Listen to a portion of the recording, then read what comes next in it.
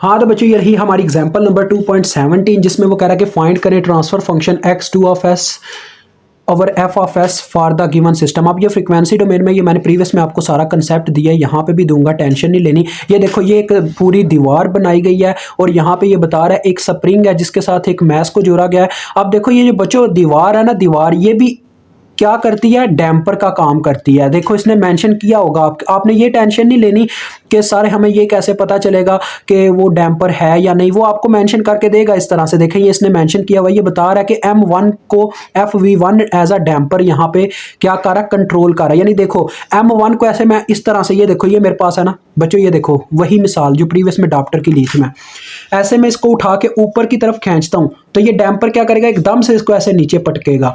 तो यही चीज यानी कि ये M1 पे वर्क कर रहा है, ऐसे ही यहाँ पे FV2 इस पे वर्क कर रहा है। और बीच में ये स्प्रिंग लगा है, ये डैम्पर है, ये भी स्प्रिंग है। अब हम फोर्स के अकॉर्डिंग इसकी पहले फ्री स्पेस डायग्राम बनाएंगे। और आपको पता है बच्चों फ्री स्पेस डायग्राम किसके लिए हमने बनानी है, सिर्फ मैसेज के लिए, और कोई पंगा हमने नहीं लेना। फ्री स्पेस डायग्राम,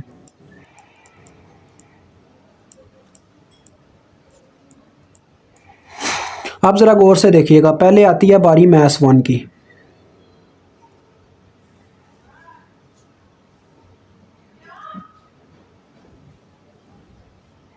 ये आ गया हमारा M1। अब जरा बच्चों गौर से देखो, आपको पता है एक अप्लाइड फोर्स होती है और बाकी रिएक्शन फोर्सेस भी आती हैं। मैं आपको सारी कहानी पहले इस क्वेश्चन की समझाऊंगा। जो बच्चों हमारा इंस्पेक्शन का मेथड है ना, वो इस चीज़ के लिए मुझे काफ़ी इजी लगता है, लेकिन मैं आपको ना इस मेथड में भी थोड़ा एक्सपर्ट बनाना चाहता हूँ। ज़रा देखिएगा, ये बता रहा है कि एक अप्लाइड फोर्स लगाई जाती है इस मैस पे, यानी फोर्स यहां से लग रही है। ये पूरा एक सिस्टम है, देखो दीवार चारों तरफ है, मतलब इनके लिए तो चारों तरफ ही है, बस अपर लेवल पे नहीं है ना, यानी कि 3 साइडों पे चलो कह लो, तो 3 साइडों पे दीवार लगी है। यानी ऐसा नहीं होगा कि इसको ऐसे खींच के इस दीवार के आर पार ले जाऊं, ऐसा तो होने वाला ही नहीं है। अब देखो बच्चों, जब मैं इस मैस को, यानी कि देखो यार ये थोड़ा ज्यादा बड़ा लग रहा है अब मेरे लिए, मुझे इससे छोटा यानी कि कोई चीज लेनी पड़ेगी, रुक जाए। हाँ तो बच्चों ये देखो यार, ये मेरी मेडिसिन है तो मैं इसको एज आ यार बड़ी इस्तेमाल कर रहा हूँ, ज़रा आप भी एडजस्ट कर लीजिएगा, ठीक है। तो देखो ये पूरा सिस्टम बना पड़ा है, ठीक है, ओके हो गया ना, ये पूरा सिस्टम बना पड़ा हुआ है। और एक आप इसको यार बॉडी ले लो, M2 की जगह ना ये वाली बॉडी ले लो। ये हमारा ये जो लगा हुआ है ना, क्या नाम है इसका, कैप, ये एक बॉडी है, ठीक है, 2 बॉडीज आ गई M1 M2। अब फोर्स F ऑफ T इन्होंने दिखाया सिर्फ एक जगह पे अप्लाइड फोर्स हमेशा लगती है, मैंने ये अंदाजा किया क्वेश्चन से। तो अप्लाइड फोर्स लग रही है इसके ऊपर, देखो स्प्रिंग है ना बच्चों ये K1, जो ही इसके ऊपर मैं ऐसे फोर्स लगानी स्टार्ट करूंगा इस साइड से यार का, ये देखो ऐसे मैं इस पे फोर्स लगाता हूं तो क्या होगा, ये स्प्रिंग एक्सपेंड करना स्टार्ट हो जाएगा। यानी ये पीछे से ऐसे स्प्रिंग अपने अंदर एनर्जी स्टोर करना स्टार्ट हो गया, क्योंकि मैंने इसको खींचा है। अगर मैं यहीं पे देखो बच्चों, अगर मैं इसको यानी पीछे से ऐसे फोर्स दे रहा हूं, यानी यहां से इसको ऊपर से, क्योंकि मैं स्प्रिंग को कुछ नहीं कर रहा, ऐसे ऊपर से दे रहा हूं फोर्स, तो क्या होगा देखो, इसको जब फोर्स लगी, इसने क्या किया, इनको फोर्स लगाई, यानी इन पे भी जोर लगाया। इन दोनों ने आगे क्या किया, इन दोनों ने इस मैस को आगे फोर्स दी, इस मैस ने क्या किया, आगे स्प्रिंग को फोर्स मतलब लगानी शुरू कर दी, स्प्रिंग को ऐसे कंप्रेस करवाना शुरू कर दिया K3 को। फिर इसके रिएक्शन में यानी कि इसके जवाब में हमें क्या देखने को मिलता है वो मैं आपको बताता हूं। तो बच्चों इतनी तो आपको समझ में आ गई ना, यानी फोर्स यहां से लग रही है M2 पे। तो इसका मतलब अगर मैं बात करूं तो M1 के लिए फोर्स यानी कि अप्लाइड फोर्स क्या है, वो है F ऑफ T। तो यहाँ पे हम F ऑफ T को यानी अप्लाइड फोर्सेस को ज़्यादातर मैं यहीं पे मेंशन करता होता हूँ। ये आ गया बच्चों आपका F ऑफ T, ठीक है, ओके हो गया ना, ये आ गया आपका F ऑफ T। अब आगे बात करते हैं। तो हाँ तो बच्चों मैंने थोड़ी देर के लिए बॉडीज़ को अब साइड पे कर दिया, ठीक है जी, वो बस एक मिसाल के तौर पे थी। अब देखें जब ये फोर्स, आपको अप्लाइड फोर्स तो पता चल चुकी है ना। अब देखें जब ये मैंने फोर्स लगाई तो इससे क्या हुआ, एक तो इस स्प्रिंग में एनर्जी स्टोर हो गई, यानी जब मैं बॉडी को छोड़ूंगा स्प्रिंग मुझे लाजमी रिएक्शन देगा, यानी इसका एक्शन के तौर पर ये रिएक्शन लाजमी देने वाला है, इतना तो मुझे पता चलता है। और ये FV1 भी मुझे यानी ये डैम्पर भी रिएक्शन देगा, किस तरह से देखो, स्प्रिंग का पहले मैं मेंशन करता हूँ। देखो बच्चों स्प्रिंग की फोर्स तो आपको पता है क्या होती है, यानी जो फोर्स उन्होंने बताई हुई है वो है K1 साथ में X ऑफ T, यही फार्मूला ना। यहां पे हमारे पास X क्या है M1 के लिए, वो है X1, तो यहां पे आपने X1 मेंशन करना है, ये चीज ना भूलिएगा। X ऑफ T इस तरह से आ जाएगा, ठीक है। अब देखो स्प्रिंग ने किस तरह से रिएक्शन दिया, स्प्रिंग जब मैं जो ही मैस को दोबारा छोड़ूंगा तो ये क्या करेगा, एकदम से ऐसे पीछे की तरफ ऐसे खींचेगा इसको, यानी कि रिएक्शन देगा। और डैम्पर क्या करेगा, डैम्पर इसको होल्ड करके रखेगा जमीन के ऊपर, डैम्पर भी रिएक्शन देगा। तो ये जो डैम्पर है इसकी ऐसे फोर्स रिएक्शन के तौर पे यहाँ पे ये भी मेंशन होगी, ये देखिए, जो कि क्या है FV1। और आपको पता है इसका फार्मूला क्या होता है बच्चों, FV1 साथ में derivative of x1 of t। तो डेरिवेटिव को बच्चों आप सभी जानते हैं, ऐसे भी मेंशन किया जा सकता है ऊपर ऐसे एक प्राइम लगा के। तो आप समझ रहे हो ना, प्राइम लगा के आप इसको थोड़ा शॉर्ट फॉर्म में लिख सकते हो, ये ज्यादा बेटर होता है। अब दूसरे नंबर पे बच्चों आपको पता है ये एक मैथ है, तो इस पे ग्रेविटी भी वर्क करेगी, यानी ये ग्रेविटी भी कुछ ना कुछ अपना असूल यहाँ पे जो है ठोकेगी। तो लिहाजा वो होगा F is equal to M A. और एम ए का तो आप जानती हैं क्या चक्कर है, वो भी आपको एज अ रिएक्शन के तौर पे फोर्स लगेगी, क्योंकि अगर ये कोई ऑब्जेक्ट था ना बच्चों, तो इसको यानी आगे पुल करने में मुझे एक फोर्स लग रही थी जो कि ग्रेविटी थी। वो ग्रेविटी की फोर्स मुझे एज अ रिएक्शन के तौर पे देखने को मिल रही थी। यानी मैं कोई भी चीज़ अगर उठाता हूं या पुल करता हूं तो मुझे उसमें एक फोर्स लगानी पड़ती है, वो फोर्स ऑफ ग्रेविटी के रिएक्शन के तौर पे होती है, क्योंकि फोर्स ऑफ ग्रेविटी मेरे खिलाफ चल रही होती है उस वक्त। तो यही वो रिएक्शन फोर्स है जो मैं अभी मेंशन करने लगा हूं, फोर्स ऑफ ग्रेविटी, जिसका फार्मूला आपने पढ़ा हुआ है F is equal to M A बच्चों होता है change in velocity, change in velocity होता है चेंज इन डिस्प्लेसमेंट, तो उसको अगर लिखा जाए तो वो बराबर होता है। अब इसको M1 कहा जाएगा क्योंकि ये मास M1 है, ठीक है। तो x1 का डबल प्राइम ले तो हमारे पास बच्चों आ जाता होता है acceleration. Double prime means double derivative है इसका, ठीक है। अब बच्चों बात आती है आगे, अब बात आगे बढ़ चुकी है, कहां पे मैं आपको बताता हूं। देखें अब बच्चों जब मैंने मैस M1 को खींचा था तो क्या हुआ था, ये दोनों भी आगे पुल हुए थे, यानी इनके ऊपर भी फोर्स लगी थी। ये डैम्पर आगे फोर्स लगा रहा था, ये स्प्रिंग भी आगे की तरफ M2 को धकेल रहा था। फिर M2 ने क्या किया, M2 ने K3 को आगे धकेला। फिर रिएक्शन में क्या हुआ, जब इस दीवार तक फोर्स स्टोर हो गई, जब यानी मैंने फोर्स लगानी छोड़ी, तो इस स्प्रिंग ने कुछ एनर्जी स्टोर की हुई थी, तो इसने दोबारा से पुल किया। इस तरह से देखें, ये M2 है ना, ये ऐसे इसको पुल कर रहा था, स्प्रिंग काफी टाइट हो चुका था। जब मैंने फोर्स लगानी छोड़ी तो ऐसे एकदम से पीछे की तरफ आया, तो डैम्पर भी पीछे की तरफ हिट करना स्टार्ट हुआ। K2 ने भी अपने अंदर जो एनर्जी रखी हुई थी, इसने भी पीछे की तरफ एनर्जी लगाई। तो ये दोनों क्या करेंगे, एज अ रिएक्शन के तौर पे M1 के ऊपर एक फोर्स लगाएंगे, जिससे हम कैसे प्रेजेंट करेंगे, देखें इस तरफ पे, इस तरफ ऐसे आपने प्रेजेंट करना है, K2 इंटू। अब बच्चों देखो यहां पे एक डिफरेंस जनरेट होता है, तो अब जरा गौर कीजिएगा, इन दोनों के दरमियान एक डिफरेंस जनरेट होगा। देखो बच्चों एक तरफ x1 है, दूसरी तरफ x2 है, ठीक है जी। दो हमारे पास यहाँ पे क्या है, डिस्प्लेसमेंट्स हैं, क्योंकि अब ये जो फोर्स वापस आ रही होगी, ये x2 में से भी कुछ डिस्टेंस कवर किया इस स्प्रिंग ने, और x1 की तरफ से भी तय किया। FV3 के लिए भी सेम टू सेम यही कहानी है। तो पता क्या होगा, जब आप x1 की बात करोगे ना बच्चों, यानी कि M1 की बात कर रहे होगे, तो आप इसके डिस्प्लेसमेंट को एज अ पॉजिटिव लोगे, यानी कि आ जाएगा x1 of t minus x2 of t, ठीक है, ये फार्मूला होगा। तो देखिए K2 के अंदर हमारे पास आ गया क्या जी, तो हमारे पास आ गया जी क्या अंदर, यानी K2 के लिए पहले लिख रहे हो ना, तो ये आ जाएगा x1 of t minus x2 of t, ठीक है जी। अब देखो बच्चों एक मैंने आपको बताया दूसरी फोर्स कौन सी है रिएक्शन के तौर पे, इस डैम्पर की, डैम्पर ने भी तो पुल अप करना है ना फिर, तो ये दूसरी रिएक्शन फोर्स हो गई। और इसके लिए क्या होगा हमारे पास, FV3 into x1 of t का प्राइम, क्योंकि डिस्प्लेस ये डेरिवेटिव की फॉर्म में होता है, माइनस x2 ऑफ t का भी प्राइम। ओके हो गया जी। तो ये सारी फोर्सेस हमने लिख ली। अब ये आपको पता है ये सारा टाइम डोमेन में है, तो अगर मैं इसको कन्वर्ट करना चाहूँ किसमें, फ्रीक्वेंसी डोमेन में, तो मैं यहाँ पे लिख सकता हूँ। लेकिन बच्चों आपके लिए चलें यार, इसको एज इट एज रहने दो, अभी इसकी इक्वेशन लिखते हैं, ठीक है। और मुझे चाहिए x2 of s over f of s, ये फॉर्म चाहिए, तो यहाँ से बनाई जा सकती है शायद क्या यार, करने को कुछ भी कर सकते हैं, देखते हैं क्या होता है। तो देखो बच्चों इन सब को अब आपने ना क्या नाम है, फ्रीक्वेंसी की फॉर्म में लिखना है, ठीक है। इन सभी चीज़ों को देखो, पहले नंबर पे अप्लाइड फोर्स आएगी। अप्लाइड फोर्स सिर्फ एक ही आपको देखने को मिली है, यानी कि रिएक्शन जो कि F ऑफ t था। इसको जब मैं फ्रीक्वेंसी डोमेन में लिखूंगा तो क्या आएगा, यानी आपने इन सब का लैप्लास लेना है, ये कहने का मतलब है मेरा। तो ये बन जाएगा F ऑफ s, तो ये देखो ये आ गया F ऑफ s, ठीक है जी। अब जो रिएक्शन की फोर्सेज हैं वो सारी माइनस में लिखी जाएंगी। तो रिएक्शन में एक तो हमारी ये वाली फोर्स है, देखो बच्चों, एक ये है, फिर ये है, फिर ये है, फिर ये है, फिर ये है। टोटल 5 रिएक्शन के तौर पे फोर्सेज आई हैं। फर्स्ट नंबर पे ये देखो बच्चों K1। अब इसका जब मैंने लैपलास लिया होगा तो ये क्या बन चुका होगा, k1x ऑफ, अब आप यहाँ पे ना मैं एज एन कह लें कि टाइम बचाने के लिए लिख रहा हूँ। आप पता क्या कीजिएगा, एक दफ़ा इसकी दोबारा डायग्राम बना के वहाँ पे मेंशन कीजिएगा कि x1 क्या हो जाएगा, f ऑफ t क्या बन जाएगा, वो सारा आपने लिखना है। तो ये बन जाएगा x1 ऑफ s, क्योंकि सिंपल x1 जो है वो चला जाएगा फ्रीक्वेंसी डोमेन में ऐसे, x1 ऑफ s। उसके बाद आपको पता है इसका क्या होगा, माइनस fv1, और इसका क्या बनेगा, ये बन जाएगा बच्चों एस एक्स ऑफ, यानी कि ये डेरिवेटिव है ना, यानी ये इस तरह से देखें, डेरिवेटिव ऑफ था x1 ऑफ t का, ये इसको ये कहते हैं, ये जो मैंने यहाँ पे इस फॉर्म में लिखा हुआ है प्राइम की फॉर्म में, ठीक है। तो इसका आपको पता है लैपलास क्या होता है, जो डेरिवेटिव की डिग्री होती है उसी फॉर्म में s की डिग्री आती है, s की डिग्री 1 है यहाँ पे, फिर s fv1 साथ में x1 ऑफ s ठीक है जी। उसके बाद यहाँ पे डबल प्राइम है, इसका मतलब डबल डेरिवेटिव था यहाँ पे इसके साथ, तो m तो एज इट एज आ गया, ये भी रिएक्शन के तौर पे, तो माइनस m1, और ये डबल डेरिवेटिव की जगह जब लैपलास में लिखेंगे तो क्या आएगा, s का स्क्वायर, यानी कि s की डिग्री डेरिवेटिव तय कर रहा है, s का स्क्वायर, m1 साथ में क्या आ गया बच्चों, x1 ऑफ s, क्योंकि इसके साथ सिर्फ x1 था।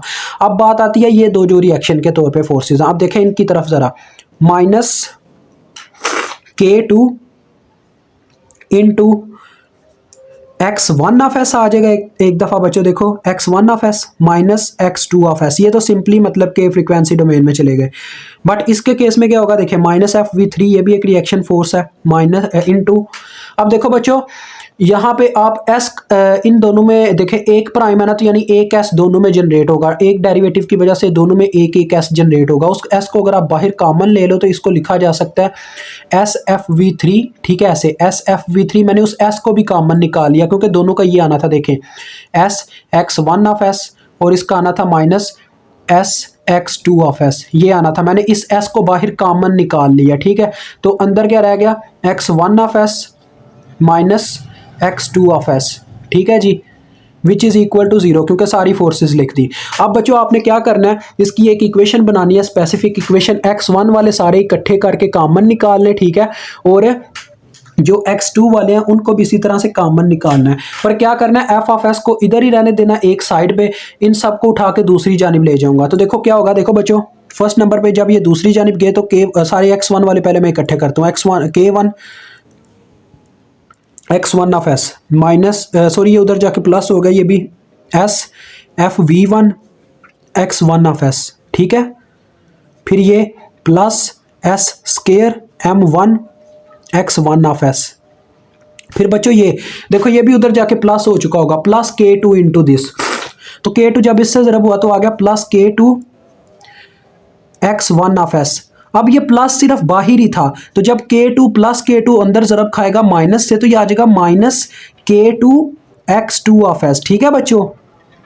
उसके बाद ये भी जो माइनस है ना, यहाँ पे दूसरी जानिब जाके प्लस हो चुका होगा, तो प्लस fv3 ज़रब खाएगा, प्लस sfv3 अंदर ज़रब खाएगा, plus sfv3 x1 of s, फिर जब माइनस से ज़रब खाएगा तो आ जाएगा minus sfv3 x2 of s, which is equal to बच्चों देखो ये f ऑफ s इस साइड पे रह चुका था तो इसको मैंने ये साइड पे लिख दिया, ठीक है जी।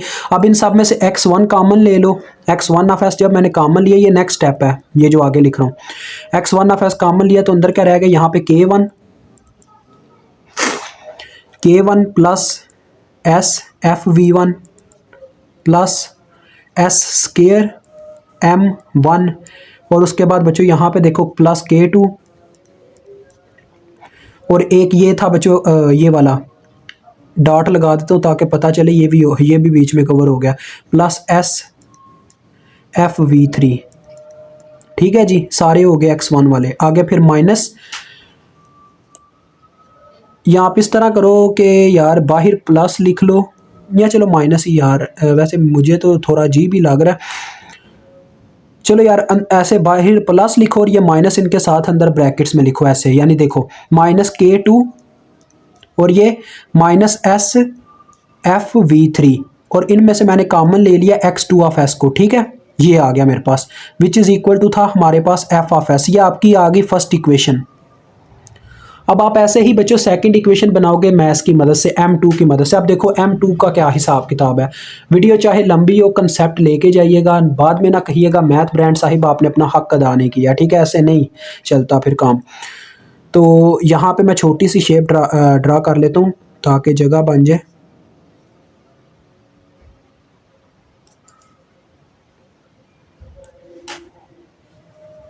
आप कोशिश कीजिएगा M2 की शेप भी बच्चों उसी के साथ ही ड्रा कीजिएगा, फोर्सेस का पहले हिसाब लगा लीजिएगा ओवरऑल का। तो बच्चों इसमें एक्शन की फोर्स क्या होगी? पहले नंबर पे तो मैं इसका डिस्प्लेसमेंट यहाँ पे मेंशन करता हूँ, x2 ऑफ t, ठीक है, ये है इसका। तो देखो बच्चों इसके लिए जो एक्शन की फोर्स होगी ना वो अप्लाइड फोर्स, मतलब कि वो बस एक ही है, देखें सॉरी दो हैं। देखो जब हमने यहाँ पे M1 को फोर्स लगानी शुरू की थी तो क्या हुआ, इस डैम्पर की फोर्स यानी इस डैम्पर में एक फोर्स स्टोर हुई और एक इस स्प्रिंग में स्टोर हुई, जो कि एज अ अप्लाइड फोर्स के तौर पे M2 को भी आगे धकेलने लग पड़ी। यानी M2 के ऊपर जो फोर्स लग रही है एज अ, यानी कहने के मतलब ये है मेरा, जो डैम्प अपने ये क्या नाम है इसका, मैस M2 के ऊपर फोर्स लगती है बच्चों, वो कौन सी अप्लाइड फोर्स है, FV3 और K2 की। तो लिहाजा हमारे पास क्या आ जाएगा, देखें, तो लिहाजा देखें अब M2 के ऊपर अप्लाइड फोर्स कौन सी होगी। जैसा कि मैं बता रहा हूँ कि अब आपने देखा जब M1 की तरफ से फोर्स लगी, जैसा कि ये हमारे पास मिसाल था, अजान हो रही थी थोड़ा, फिर वीडियो को स्टॉप करना पड़ा था। तो देखें इसकी तरफ जब फोर्स लगाई गई, इस डैम्पर पे फोर्स लगा, ठीक है, इस पे फोर्स अप्लाई हुआ, K2 के ऊपर भी फोर्स अप्लाई हुआ, लेकिन हमने तो मैसेज की फोर्सेस लिखनी होती हैं। तो इन पे जब फोर्स अप्लाई हुआ, इन दोनों ने आगे M2 के ऊपर फोर्स अप्लाई किया, यानी ये M2 के ऊपर एक फोर्स लगा रहे हैं, तो वो होगी इसके लिए अप्लाइड फोर्स, ठीक है। तो ये आ गई हमारे पास अप्लाइड फोर्स। इसको बच्चों इस तरफ आप इस डायरेक्शन में मेंशन कर दें, ठीक है। दो फोर्सेस है, देखें, एक है आपका वो K2 का फोर्स, जो K2 स्प्रिंग लगाएगा M2 के ऊपर। तो K2 की फोर्स क्या होगी आपको पता ही है, K2 x ऑफ x। अब ये x कौन सा होगा, अब यहाँ पे ये क्वेश्चन आता है। x हमारे पास बच्चों सिंपल सी बात है, x1 of t, sorry x1 of t, क्योंकि अभी तो ये फ्रीक्वेंसी डोमेन में है ही नहीं, माइनस x2 ऑफ t, ठीक है। ये मेरा x2 लग रहा है, इसको x1 नहीं समझे, तो x2 ऑफ t। अब कुछ बच्चे ये मुझसे क्वेश्चन करते हैं अक्सर के सारे, ये आपको कैसे अंदाज़ा होता है कि x1 माइनस x2 ही हमेशा रहेगा। देखो बच्चों सिंपल सी बात है, फोर्स इस साइड से अप्लाई होना स्टार्ट हुई है तो हमेशा यही आएगा डिफरेंस। सेंटर में जो होगा ना वो डिफरेंस ऐसे होगा, देखो x1 माइनस x2 हर एक के लिए, चाहे M1 की बारी हो चाहे M2 की बारी हो, डिफरेंस यही होगा x1 माइनस x2, ठीक है। अगर ज़्यादा परेशानी हो यहीं पे मेंशन करके पहले सेट कर दें, ठीक है। तो देखो ये आ गया, ओके हो गया। अब देखें FV3 की बात करूं तो FV3 के ऊपर, FV3 जो है हमारा, उसने भी इसी तरह से फोर्स लगाई है ना इसके ऊपर M2 के ऊपर, तो इसका क्या होगा x1 माइनस x2, तो ये आ जाएगा x1 of t minus x2 of t। But आपको पता है बच्चों कि जो अपना डैम्पर होता है, डैम्पर के केस में x1 का डेरिवेटिव यानी x का डेरिवेटिव पाया जाता है उसकी फोर्स में, तो लिहाजा डेरिवेटिव के लिए हम प्राइम मेंशन कर देंगे ऊपर, ओके हो गया। ये हो गई ये दो अप्लाइड फोर्सेस। अब बात आती है बच्चों, अप्लाइड फोर्सेस तो हो गई, लेकिन इसके अलावा कोई चीज़ इसके ऊपर फोर्स नहीं लगा रही है M2 के ऊपर, बाकी सारी अब रिएक्शन के तौर पर फोर्सेज लगने वाली हैं। देखिए K3 जब मैं यानी इस मैस को जब फोर्स अप्लाई हुई तो ये आगे मूव हुआ, ये स्प्रिंग थोड़ा कंप्रेस हुआ, जब फोर्स लगना बंद हुई तो एकदम से स्प्रिंग ने क्या करना है, इसके ऊपर रिएक्शन फोर्स देनी है पीछे की तरफ। तो रिएक्शन फोर्स देगा जब, तो आपके सामने ये रिएक्शन फोर्स K3 ने दिया है ना, तो यहाँ पे ये रिएक्शन फोर्स आ गई K3 into x2 of t। अब ये x2 आएगा, देखें क्योंकि M2 की जानिब से जो भी बच्चों ये चीज़ें ना, देखो K3 और FV2 इन दोनों के लिए x2 डिस्प्लेसमेंट है, ठीक है, ये चीज़ याद रखिएगा। सेंटर में x1 माइनस x2, इसके लिए x1 और इसके लिए x2, ठीक हो गया। तो देखें ये आ गया K3 के साथ x2 ऑफ t। दूसरी फोर्स ये डैम्पर लगाएगा FV2, तो लिहाजा इसकी हम फोर्स यहाँ पे मेंशन कर देते हैं FV2 साथ में x2 प्राइम t, ठीक है जी। अब देखो बच्चों एक और रिएक्शन फोर्स रह गई है, वो ये है कि इस मैस ने भी रिएक्शन के तौर पे एक फोर्स लगाई है, जो हमारे पास according to Newton second law आती है F is equal to ma। तो ये वो वाली फोर्स होगी यहाँ पे, क्योंकि मैस के ऊपर ग्रेविटी ने भी कोई फोर्स लगानी है, तो ये आ जाएगा ma। अब आपको पता है m कौन सा आएगा, M2 आएगा, और a क्या होगा x2 का डबल प्राइम, ये चीज़ मेरे अजीज। अब हम इसकी इक्वेशन लिखेंगे, ठीक है जी। पहले अप्लाइड फोर्सेस माइनस, आपको पता ही है, रिएक्शन फोर्सेस। तो पहले अप्लाइड फोर्स लिखने लगूँ ये वाली। तो ये अप्लाइड फोर्स है बच्चों, पहले नंबर पे FV3 इनटू, इसको फ्रीक्वेंसी डोमेन में लिखना है, ये चीज़ याद रखिएगा। सिंगल प्राइम मतलब दोनों के साथ एक सिंगल एस आने वाला है, क्योंकि जब आपको मैंने वो ऊपर चीज़ बताई है, डेरिवेटिव की डिग्री हमेशा तय करती है कि एस की डिग्री क्या होगी। तो लिहाजा यहाँ पे देखिए दोनों के साथ सिंगल सिंगल डेरिवेटिव है, यानी एस और एस इसके साथ आ जाएगा। इसको कन्वर्ट करूँ तो आ जाएगा SX1 ऑफ एस, ऐसे आएगा, ठीक है। तो डेट्स वाई यहाँ पे बच्चों हमारे पास आ जाएगा, देखें एस दोनों में कॉमन, तो एस को मैं बाहर कॉमन ले लेता हूँ, अंदर रह गया सिंपल X1। अब बच्चों ये X1 ऑफ एस मुझसे नहीं लिखने होता, ऐसे बहुत लंबा चौड़ा हो जाता है। चलो यार आपके लिए लिख देता हूँ X1 of S minus X2 of S, ठीक है। लिखना ज़रूरी होता है वैसे, ये चीज़ नहीं भूलनी। फिर K2 की फोर्स ये भी अप्लाइड है तो प्लस में लिखी जाएगी, अप्लाइड फोर्स प्लस में लिखनी है, रिएक्शन फोर्स माइनस में लिखनी है। इनटू ये दोनों आपको पता है, इन दोनों के ऊपर कोई प्राइम शाइम नहीं है, तो सिंपल आ जाएंगे X1 of S minus X2 of S, ठीक है जी। अब बात आती है रिएक्शन फोर्सेस पे, माइनस में लिखी जाएंगी सारी, ये 3 रिएक्शन फोर्सेस हैं। पहले नंबर पे बच्चों देखो K3 X2 of S minus FV2। अब इसके साथ एस भी आना ना, क्योंकि डेरिवेटिव था, तो ये आ जाएगा SX2 ऑफ एस, बस X2 है इसके केस में, तो ये आ जाएगा SX2 ऑफ एस। तो एस ऐसे पीछे लग गया और साथ में आ गया X2 ऑफ एस। इसके केस में ये देखो M2 है ना, डबल डेरिवेटिव है, मतलब कि स्केयर स्केयर है, तो S की डिग्री स्केयर होगी, बस इतना फ़र्क है। तो आ जाएगा माइनस S स्केयर साथ में M2 X2 of S which is equal to 0, ठीक है जी। ये आपके पास इक्वेशन आ गई। अब यहाँ पे आपने बच्चों उसी फॉर्म में इक्वेशन को तय करना है कि X1 वाले सारे इकट्ठे कर लो, X2 वाले सारे इकट्ठे कर लो, 2 इक्वेशंस बना लो इनकी, सॉरी एक इक्वेशन बना लो इसकी। X1 वाले सारे मैं इकट्ठे करने लगूँ, X1 ऑफ एस को कॉमन निकाल के देखें, ये मैंने कॉमन निकाल लिया इनटू सारे X1 वाले, देखो क्या क्या आता है। पहले नंबर पे ये आ रहा है SFV3, ठीक है। दूसरे नंबर पे ये K2 आ जाएगा प्लस K2। उसके बाद हमारे पास क्या आ जाएगा, देखें X1 वाला आपने देखना, बस X1 वाला बच्चों बस यही थे 2, तो ये आ गए, ठीक है। अब बात आती है X2 वालों की, तो X2 वालों के लिए ज़रा गौर कीजिएगा। X2 वालों के लिए क्या है हमारे पास, अब यहाँ पे काफ़ी लंबा चौड़ा प्रोसीजर है, चलें। प्लस X2S बच्चों मैंने कॉमन निकाल लिया, ठीक है, इनटू, आप देखें जो जो X2 वाला वो लिखते जाएं, देखें ये माइनस का साइन भी साथ में आएगा, माइनस SFV3। ये आप यार ऐसा भी कर सकते हैं यार, ऐसे ही ठीक है, ऐसे ज़्यादा बेटर रहेगा, आप नहीं तो फंस जाओगे। देखो X2 ऑफ एस आपने बच्चों बस कॉमन निकाला हुआ है, ठीक है, माइनस का साइन साथ ही रहेगा। देखें SFV3 ने इससे ज़रब होकर माइनस के साथ आना था, तो ये आ जाएगा माइनस SFV3, और यहाँ पे भी माइनस के साथ K2 ने आना था, minus K2 X2 of S, तो X2 ऑफ एस कॉमन है, तो अंदर रह जाएगा माइनस K2, यहाँ पे माइनस K3, यहाँ पे माइनस SFV2, यहाँ पे देखो बच्चों माइनस S स्केयर M2, तो ये हो गया X2 ऑफ एस के इज इक्वल टू 0। ये आ गई आपकी इक्वेशन नंबर 2। अब हम बच्चों क्या करेंगे, इनको लिख लेंगे मैट्रिक्स फॉर्म में।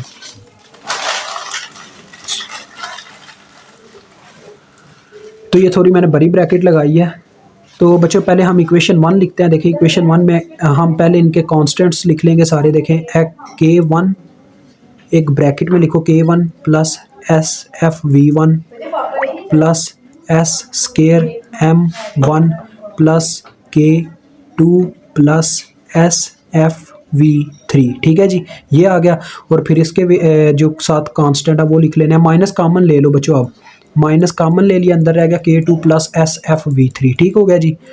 उसके बाद अब यहाँ पे दूसरी इक्वेशन की बारी आती है, ये वाली देखो, ये है SFV3 प्लस K2, ऐसे। यहाँ पे माइनस इनसे भी कॉमन निकाल लें, तो माइनस कॉमन था तो अंदर आ गया SFV3 plus K2 plus K3 plus SFV2 plus S square M2। अब आपको पता है इनके साथ हम इनके वेरिएबल्स लिखेंगे। क्या क्या वेरिएबल है बच्चों? फर्स्ट वेरिएबल तो सिंपल X1 ऑफ एस है, दूसरा वेरिएबल है X2 of S is equal to अब जो इज इक्वल टू पे हमारे पास आया, पहले में आया बच्चों एफ ऑफ एस पहली इक्वेशन में, दूसरी में आया है ज़ीरो। ठीक है जी, हम बस आपको इसकी इक्वेशन लिख के दिखाएंगे। आपको पता है बच्चों, हम असल फाइंड आउट करना चाहते हैं x2 ऑफ एस और एफ ऑफ एस, ये उन्होंने बोला हुआ है हमें वोल्टेज गेन में, सॉरी ट्रांसफर फंक्शन में। तो मैं क्या करूँगा, x2 ऑफ एस के लिए यहाँ पे फाइंडिंग करूँगा। तो x2 ऑफ एस का आपको पता है फार्मूला क्या बनता है, जब ऐसी तो इस तरह से निकालना पड़े तो उसका फार्मूला होता है determinant of x2 of S divided by total determinant. उसका मतलब ये होता है जब determinant of x2 of S आपको निकालना पड़े तो आपने बस जो x2 ऑफ एस यानी ये दूसरे नंबर पर, तो दूसरे कॉलम को एक्सचेंज करना होता है इज इक्वल टू वाले नंबर से। ठीक है, आपको ये चीज़ याद होनी चाहिए। तो सिंपल डिटर्मिनेंट तो यही होगा। तो मैं आपको ये बच्चों यहाँ पे रफ अमल में करके दिखाता हूँ बाकी का हिस्सा।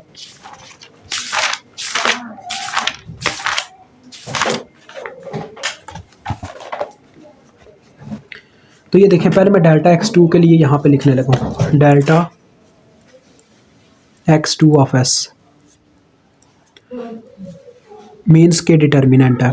अब देखें ये है दूसरे नंबर पे, तो दूसरा कॉलम हमारा एक्सचेंज होगा इज इक्वल टू वाले नंबर से। ठीक है, ये चीज़ याद रखना। तो पहली वाले एज इट एज आ जाएंगे यहाँ पे। देखें K1 plus SFV1 plus S square M1 plus K2 plus SFV3 bracket of, और साथ में नीचे SFV3 प्लस K2।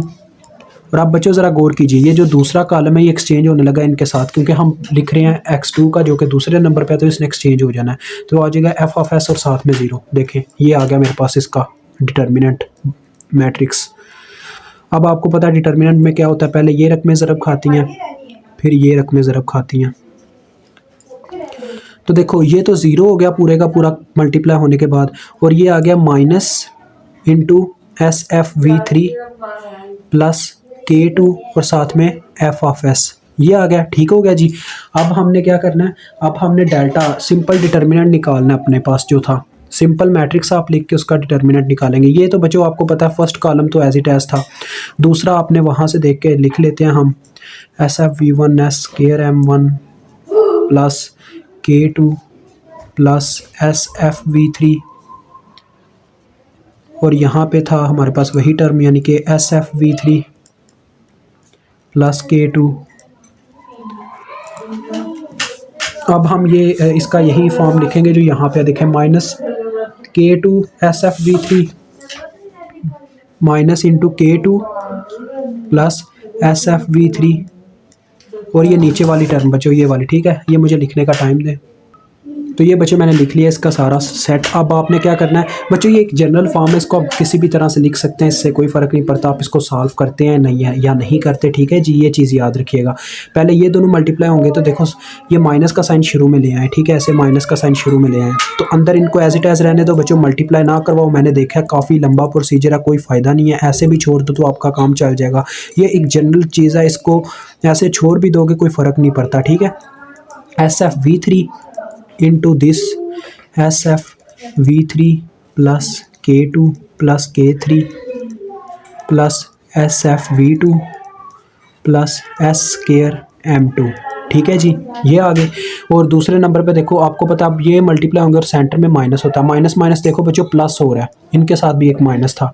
तो ये SFV3 और ये दोनों टर्म सेम है, तो इसका होल का स्केयर आ जाएगा K2 प्लस SFV3 होल का स्केयर। ये मेरे पास आ गया।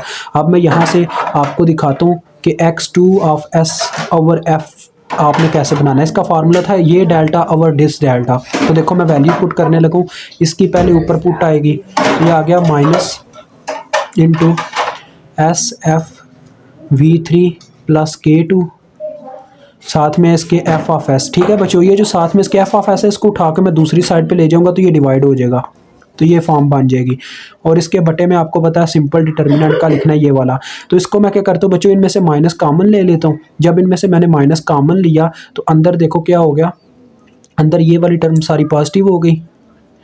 K1 plus SFV1 plus S square M1 plus K2 plus SFV3 into SFV3 plus K2 plus K3। काफ़ी लंबा है यार, मैं भी कसम से पागल हो जाता हूँ लिख लिख के। SFV2 plus S square m2। अब देखें यहाँ से माइनस कॉमन लिया गया तो ये वाला प्लस माइनस में एक्सचेंज हो जाएगा, इनटू आ जाएगा k2 plus S F v3 का होल स्केयर, ये आ गया।